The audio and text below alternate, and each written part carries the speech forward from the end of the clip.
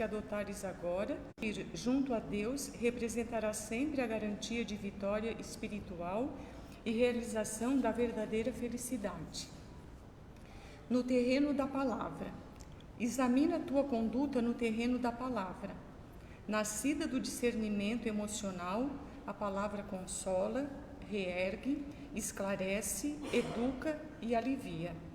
Originada do desequilíbrio interior, destrói, fere, agride e imobiliza. Lembra que toda palavra carrega consigo a carga vibratória dos pensamentos e emoções que lhe servem de matriz. Por essa razão, aprende a ouvir com atenção e a falar sem precipitação, a fim de não caíres nas redes do remorso, obrigando-te à reparação necessária para recuperar a paz da própria consciência. Boa palestra a todos.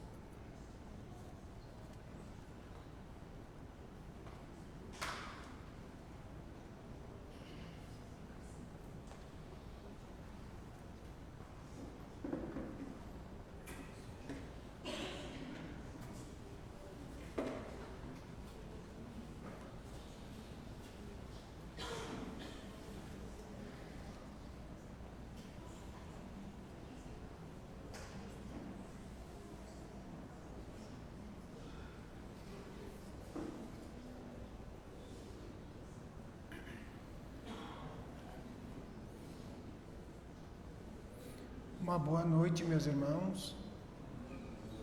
Sinto todos nossos irmãos que estão chegando pela primeira vez nesta casa. Sinto abraçado pela espiritualidade, por Deus, por todos os trabalhadores desta casa. Que Deus abençoe um por um. Então, meus irmãos, nesse momento gratificante que nós estamos reunidos em nome do nosso Pai. O poder da prece é muito valioso no coração de cada um. Quem tiver domínio, feche os olhos, pense em Deus nesse momento. Pense em Deus, pense nas coisas boas da vida, na família, no dia a dia, que te agradece muito o poder magnífico do nosso Pai. Então, meus irmãos, vamos agradecer nesse momento a presença de todos aqui, agradecer a Deus pelo pão de cada dia, pela família que temos, pelo nosso trabalho, Senhor, pela nossa saúde, que Deus cada vez mais nos dê forças para a gente vencer as batalhas do dia a dia, essas batalhas que muitas vezes nos traz mancha no coração, na cabeça, enfim, Senhor. Mas o Teu poder, a Tua luz, sempre nos traz uma porta, que é a porta magnífica do nosso Pai. Então, Senhor, vamos confiar no nosso Mestre Jesus, agradecer sempre pela vida que temos e pelo dom de nós podermos estar aqui reunidos em Teu nome, Senhor. Tu mesmo dissestes, onde um ou mais estiver reunidos em Teu nome, eu estarei presente em forma de Espírito e de luz. E assim, com essa energia que está a rondar em todos os corações, vamos mentalizar o poder de Deus na oração magnífica que Ele nos deixou. Pai nosso que estás no céu, santificado seja o vosso nome. Venha a nós, Senhor, o vosso Espírito. Seja feita a tua vontade, Senhor, assim na terra como em todos os lugares.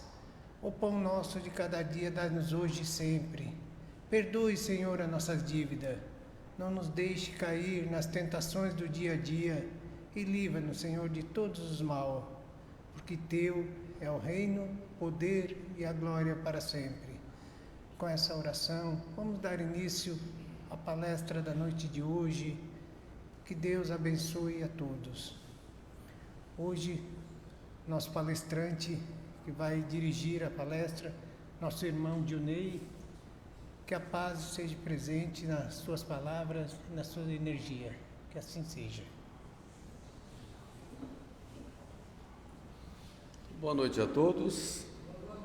Que a paz do Mestre Jesus nos envolva a todos nos trabalhos da noite de hoje. A ciência hoje, ela tenta explicar a existência e a possibilidade do universo material em 4 forças fundamentais. Uma força nuclear forte, uma fraca, o magnetismo e a gravidade. Mas que são, na verdade, efeitos, não são causas. Essas forças são efeitos de uma outra causa, uma coisa grande, ou seja, Deus, a causa primeira de todas as coisas. Mas ela só explica o mundo material. Existe uma outra grande força, uma força geradora da vida, uma força de atração, uma força criadora, muito grande e muito forte. É uma força que atrai as criaturas na direção do Criador. As criaturas umas às outras também. É o que chamamos de energia sexual, a força sexual. À medida que o ser vai evoluindo, ele vai compreendendo essa força de uma forma diferente. À medida que o espírito vai evoluindo. Então nós hoje, haja vista, o nosso estado evolutivo ainda tão próximo da experiência dos animais, ainda sofrendo a influência dos animais, nós só conhecemos esse efeito, nós mais conhecemos esse efeito no sexo genital, a força sexual genital, vibrando sempre no campo das sensações, atraindo os corpos. Nós também já conhecemos uma outra forma dessa força, um outro efeito, que é o sexo afetivo. Conhecemos, mas está em estado de aperfeiçoamento, de busca, de evolução ainda. Mas já conhecemos também. Só que esse vibra no campo dos sentimentos, não mais das sensações. Porque ele não atrai corpos, ele atrai os espíritos, ele atrai os corações. É um entendimento diferente. À medida que o espírito evolui, ele compreende outras formas ainda, mais avançadas. Então todos nós, criados simples e ignorantes, iguaizinhos, mesma origem, mas com o passar das reencarnações, com o passar dos milênios, nós fomos nos individualizando, nos transformando em criaturas únicas no universo.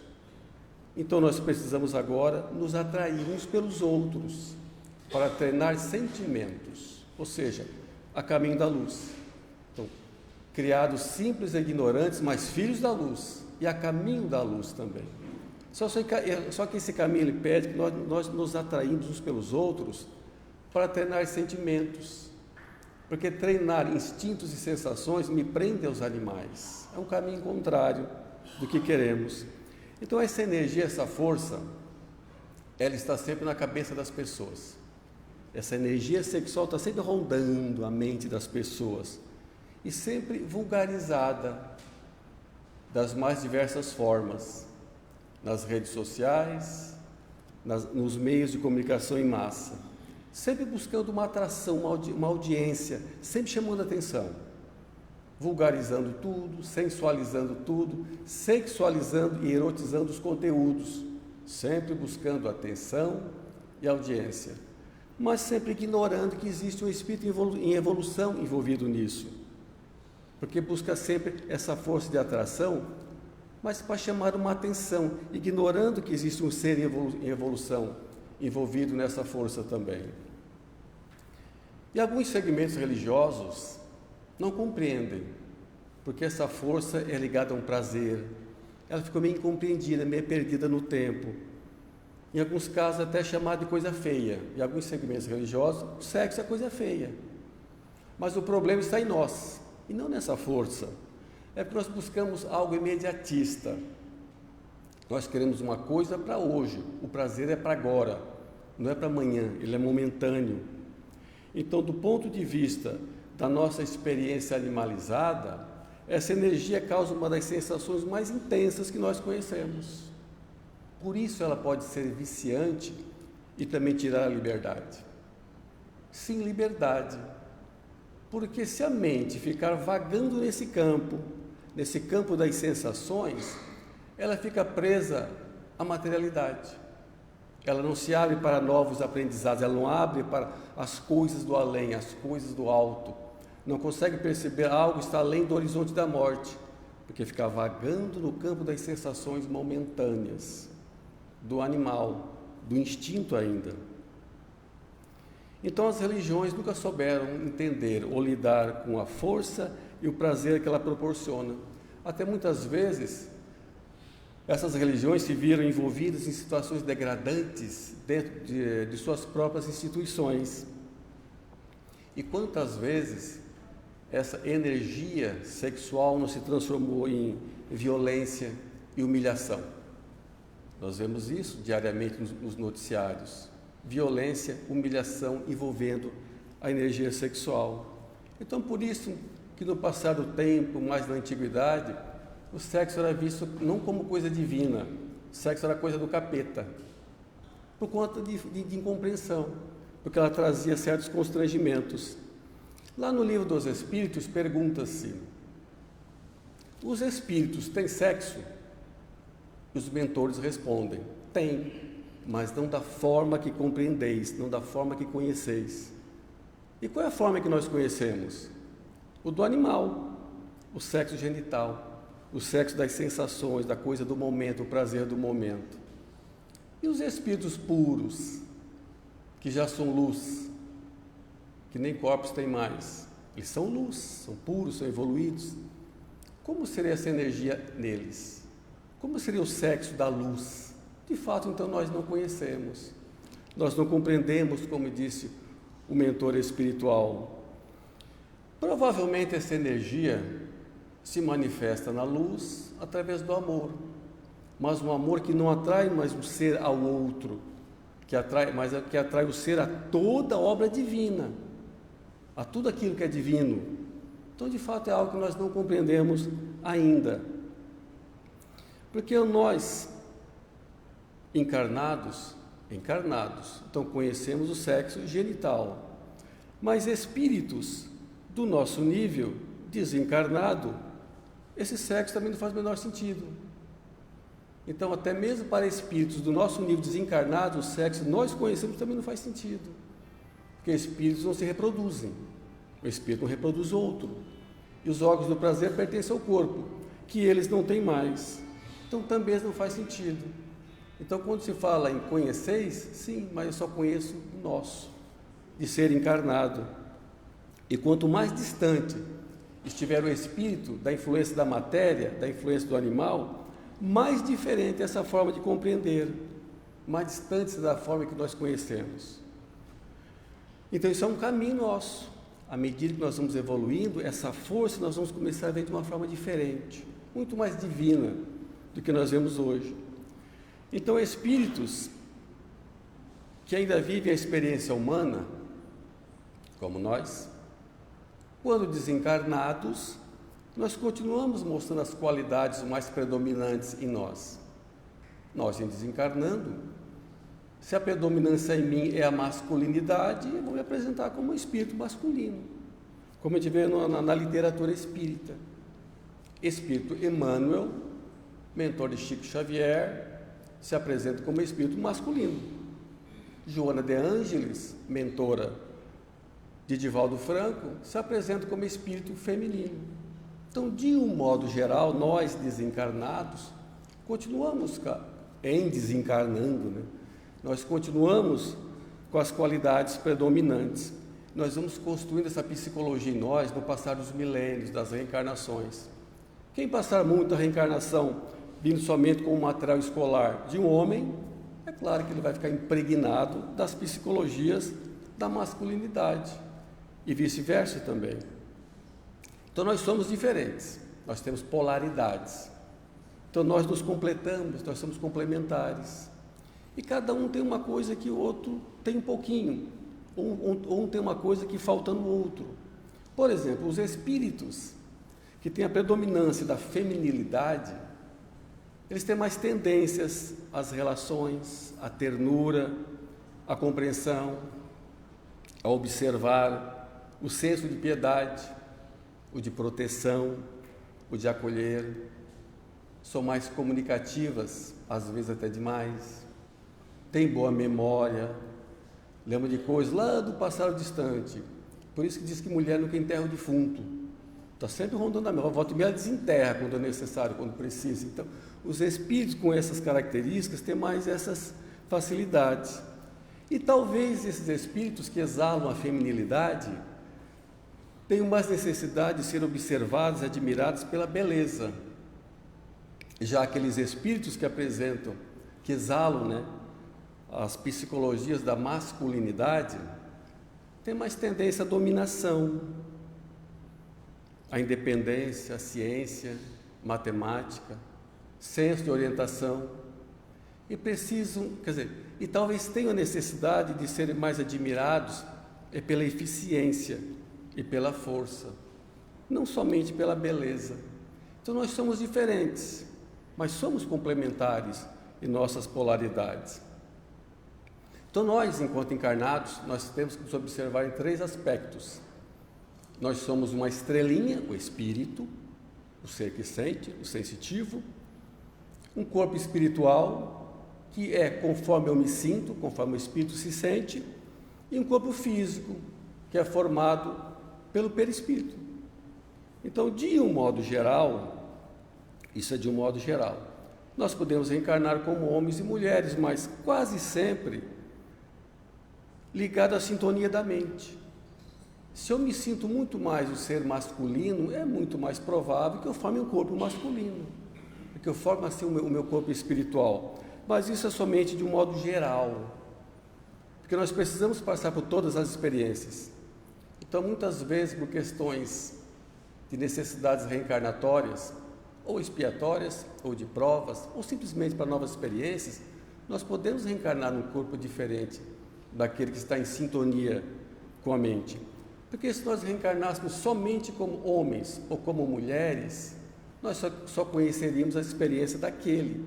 Mas para chegar à luz, eu tenho que conhecer tudo, todas as experiências. E à medida que nós vamos evoluindo, essas polaridades vão se fundindo em qualidades superiores, que um dia se transformarão em luz.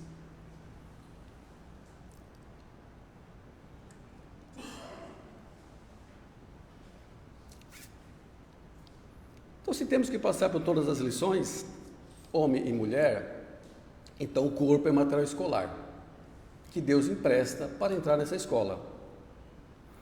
Então vamos chamar o corpo de homem de matemática e o corpo feminino de biologia. Então, se houver muitas encarnações só com o livro de matemática embaixo do braço, eu nunca serei perfeito. Então Deus, que é pai, manda o filho para a escola. Não, agora você tem que levar o livro de biologia. Você tem que aprender outras coisas também, outras experiências. Então eu venho para a escola com o livro de biologia embaixo do braço, mas eu só conheço matemática ainda. Então essa adaptação não é momentânea, ela não é instantânea, ela leva um certo tempo. E o tempo que cada um leva vale infinito. Nós não somos iguais, nós somos diferentes. Então por isso nós vemos, muitas vezes, um espírito que vem e entra na escola com um corpo de homem, ou seja, com um livro de matemática, mas exalando a feminilidade, exalando as psicologias da feminilidade, e vice-versa também. E às vezes não somente nos entrejeitos, mas também na busca da atração sexual e também na busca pelas relações afetivas, porque não se adaptou ainda, não está em sintonia corpo e mente. Então, aquilo que nós chamamos de homossexualidade. Só depois de muitas vindas a essa escola, com um livrinho de biologia ou de matemática, é que nós vamos compreender as necessidades de um e de outro, é que nós vamos nos adaptar a essas novas lições também. Então, homossexualidade não tem explicação no campo da ciência material, mas é perfeitamente explicável à luz da reencarnação, à luz do espiritismo. Existe uma infinidade de motivos por que isso acontece. Já citamos uns, que é a necessidade de novas experiências, mas tem muitos outros. Por exemplo, se o indivíduo reencarnou muitas vezes como homem, mas desrespeitando o valor da mulher, ignorando as experiências dela, as necessidades da mulher, ele vem então forçosamente também, com o corpo de mulher, não por castigo, jamais, mas para compreender as necessidades dela também. E agora na função de irmã, de companheira, de filha, de mãe, para novos aprendizados, mas como disse, não por castigo. O pai manda para a escola para aprender novas experiências. Ou muitas vezes, alguns espíritos já predestinados a vir ao mundo para trazer alguma grande lição, algum grande aprendizado. Então, às vezes, eles mesmos pedem para vir ao mundo com um corpo diferente daquele que está em sintonia com a mente, justamente para não sofrer assédios, para não desviar a atenção daquele trabalho que eles se propuseram. Quem sabe, muitas vezes, até por obsessão. O indivíduo entrou no mundo, entrou na escola, em sintonia corpo e mente. Mas por ação de espíritos vingativos, obsessores, vampirescos, eles atrapalham a manifestação daquele espírito. Ele começa então a tomar uma conduta diferente daquela que ele se apresenta fisicamente. Então o espiritismo jamais, ele nunca critica ou condena alguma coisa. Ele esclarece as coisas. Porque nós sabemos que a conduta moral honesta e saudável pertence a todos. Todos têm essa obrigação de manter uma vida moral, honesta e saudável. E nós sabemos que para atingir a perfeição e a felicidade suprema, nós temos que passar por todas essas experiências, porque ao final, como falamos, as polaridades desaparecem. À medida que vamos aprendendo, tudo isso transforma em luz. Então, a quem cabe cobrar daquele irmão, daquele colega de sala de aula, que está numa sintonia diferente, corpo e mente, está num comportamento diferente daquele que é do material escolar que ele entrou na escola? A quem cabe isso? A Deus? Não faz sentido, porque Ele é o Pai que manda para a escola, conhece o passado, o presente e o futuro de todo mundo, então Deus cobrar não faz o menor sentido. Seria o Espiritismo? Também não. O Espiritismo apenas esclarece as coisas. Seriam os moralistas de plantão? Também não faz sentido, porque Deus não precisa de advogados da nossa classe para defender suas leis, perfeitas, infinitas, imutáveis também. Então cabe na verdade ao próprio irmão, ao próprio ser que entrou na escola, buscar o caminho da felicidade, buscar as experiências necessárias para a sua própria felicidade, mas ele próprio fazer isso, ele buscar as necessidades individuais dele. Então o preconceito nasce aonde então? Alguém olha alguém que tem um comportamento diferente daquele que se apresenta. Um indivíduo está com o corpo masculino, um colega no corpo masculino, mas com todos os entrejeitos da feminilidade. Imediatamente o outro alguém diminui o valor daquele. O classifica como cidadão de segunda classe. De onde vem isso? De onde vem esse sentimento? Porque aquela outra pessoa pode ser um bom filho, mau filho, honesto, desonesto, competente ou incompetente, inteligente ou não, ter bom caráter, mau caráter, como qualquer pessoa. Então, de onde vem o preconceito? Ele nasceu aonde?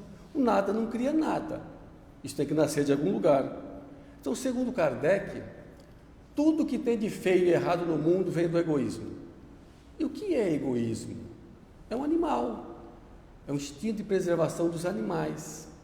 A conservação, o medo. Então, vamos fazer uma comparação. A nossa animalidade se compara a um babuíno. Os babuínos machos costumam espancar e expulsar do bando aqueles que se comportam diferente, aqueles que são frágeis, justamente porque eles têm medo que enfraqueçam a genética deles, a genética do bando, e o bando desaparece. Então, quando se fala em animais, faz todo sentido, porque eles desaparecem sim, mas não tem nada a ver com a gente, nada a ver, porque a minha saúde, a minha genética depende do meu estado espiritual. Espírito sadio, perispírito sadio, corpo sadio. Espírito doente, perispírito doente, corpo doente. Então nós não temos nada a ver com os animais. Nós somos espíritos a caminho da luz. Eles são animais a caminho da humanidade. Somos bem diferentes uns dos outros. Então preconceito é um animal gritando no ouvido, é um babuíno berrando no ouvido, que aquele ser é diferente. Então, quanto mais ligado aos animais eu estiver, maior é o preconceito. Quanto mais afastado da materialidade e da animalidade, o preconceito desaparece, porque eu começo a entender coisas mais elevadas. E quando a gente fala em preconceito, o egoísmo e o babuíno gritando, é para todo tipo de preconceito, todo. Porque ali tem o medo está envolvido, é o egoísmo, é o medo da perda, o medo de desaparecer, o medo de sofrer. Então, quem em sã consciência poderá dizer que esteve todas as suas reencarnações em perfeita sintonia corpo e mente? Quem pode falar isso, que sempre esteja em perfeita sintonia? Alguém pode se ofender, mas eu sou tão macho, um dia vi um corpo de mulher. Sim, macho no corpo de mulher, novas experiências. Mas eu sou tão florzinha, tão meiguinha, vi no corpo de homem. Sim, meiguinha, florzinha no corpo de homem, para novas experiências. Então, antes de se diminuir o valor de alguém, nós temos que meditar. Se não é um animal gritando no meu ouvido, se não é um babuíno berrando aqui no meu ouvido, na minha mente. Porque quais foram as minhas experiências do passado? Quais serão as do futuro? Eu não sei. Então, o preconceito não faz o menor sentido.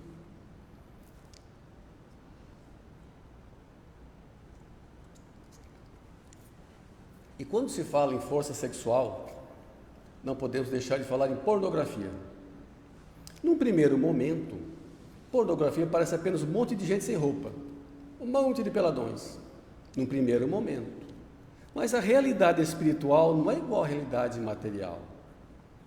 Porque os assistentes da pornografia nunca estão só, sempre estão rodeados de espíritos. Aí perguntamos a nós mesmos, qual é o tipo de espírito que se junta ao encarnado para buscar um prazer momentâneo, um prazer dos animais?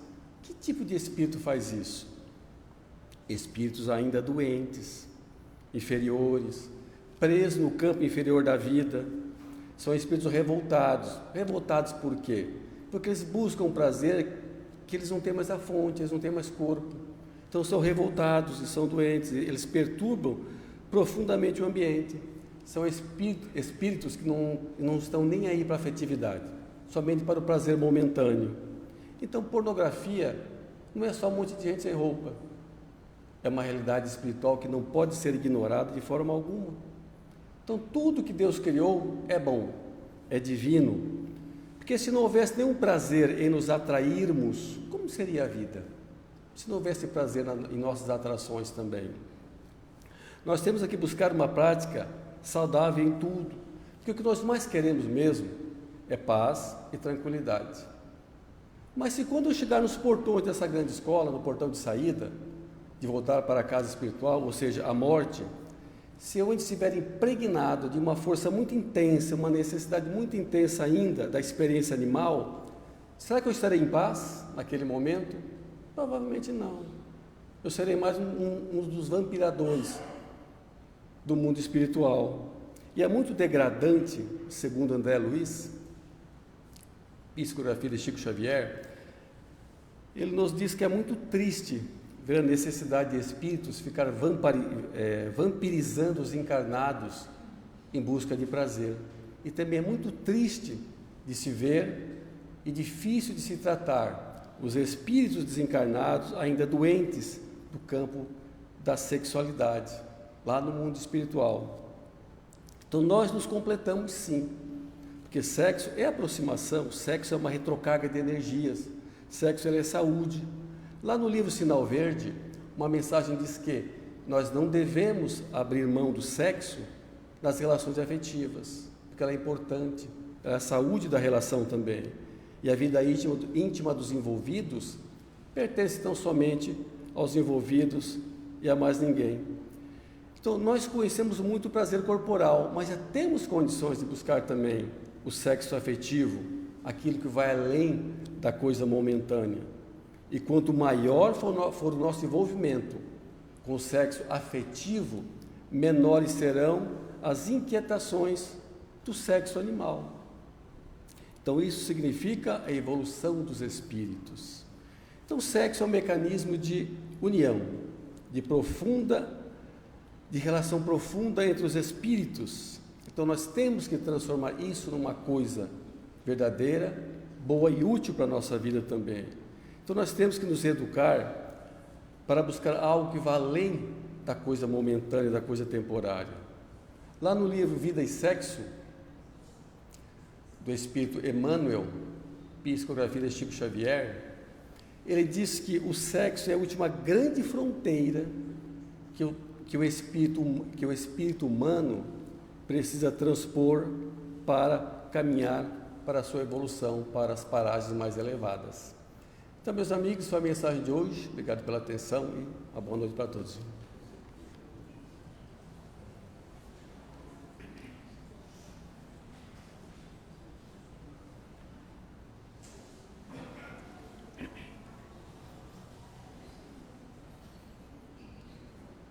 Então, meus irmãos, vamos agradecer a Deus pela palestra da noite de hoje, essa explanação doutrinária que nos trouxe muitos esclarecimentos para a nossa mente e o nosso corpo.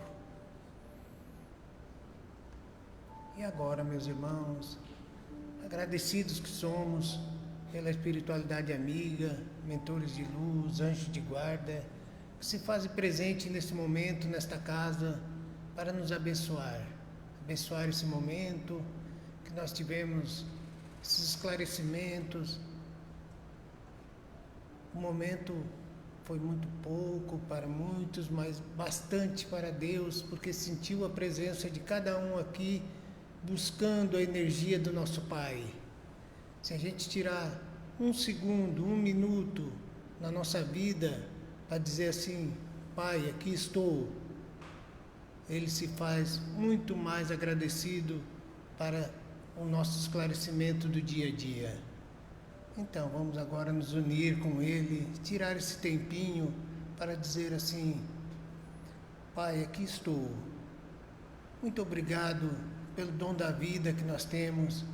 Muito obrigado pela família que temos. Muito obrigado por tudo que temos, por hoje estarmos aqui. Enfim, Senhor, esse tempo maravilhoso, essa chuva caindo, Deus, faça presente em toda a nossa vida, em todos os momentos.